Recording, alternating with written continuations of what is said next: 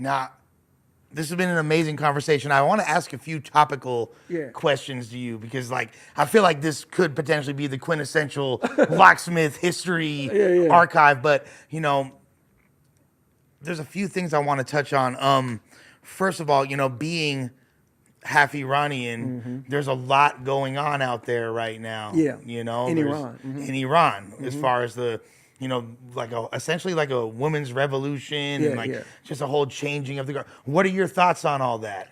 I think it's a little more complicated than people put when you see things on social media.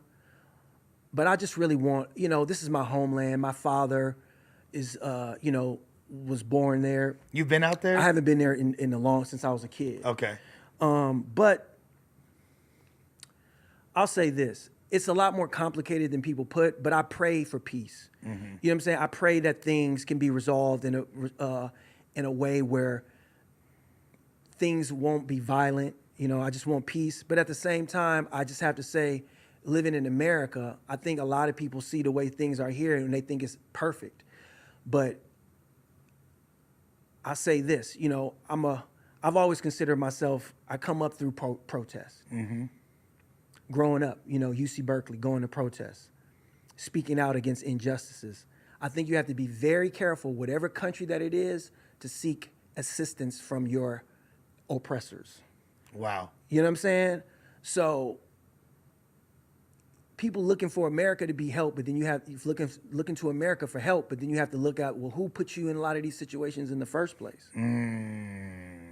That's just, you know, you just have to look at it. And I'm not saying anybody's responsible for anything, but people need to understand and do their own research. I don't jump on any bandwagon of anything. I always, and I'm not specifically speaking to the situation in Iran, I'm talking about any situation. Right. When things happen, I always look at it and I look and see what the, like even with Black Lives Matter, you know what I mean? Like, you know, I'm black, you know what I mean?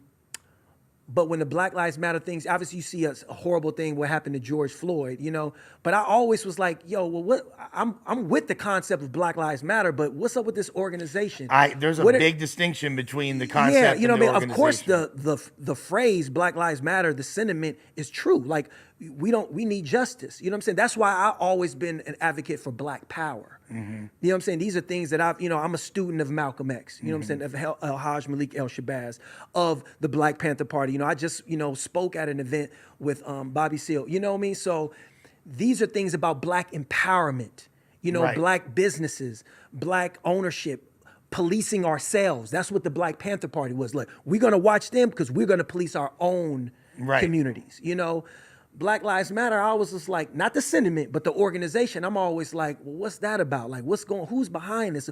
I could see very early on that there was political opportunities for this, you know what I mean? And I feel like a lot of times for Black people, so here's the difficult thing about when you ask me something about Iran, I'm gonna tie it to that. I don't live in Iran. I can only speak from the standpoint of my father and my family members and people know. But I'm not there. I live here in America. And I can personally say that I feel like Black people in America are used as pawns politically. You know what I mean? Whether it's the Democratic Party, whether it's the Republican Party, or whether it's corporations, they're used as pawns. Whether you see Black people dancing in the fucking McDonald's commercial. You know what I'm saying? Like, what is that about? Like, why are you know what I mean? Like, okay, we're giving Black people opportunities, we're marketing to them, but what point are you pandering? You know what I'm saying? To them, at what point are you manipulating Black people? And at what point are you actually taking away Black people's power by saying you have to be this one way? So that's why I'm all about, people having the opportunity to speak for themselves, but also understanding that there are other outside forces or other things that may have a vested interest in funding your plight. And it may not be really beneficial for you in the long run. So you can make those parallels to any other situation that you want. But I will say that I'm Muslim.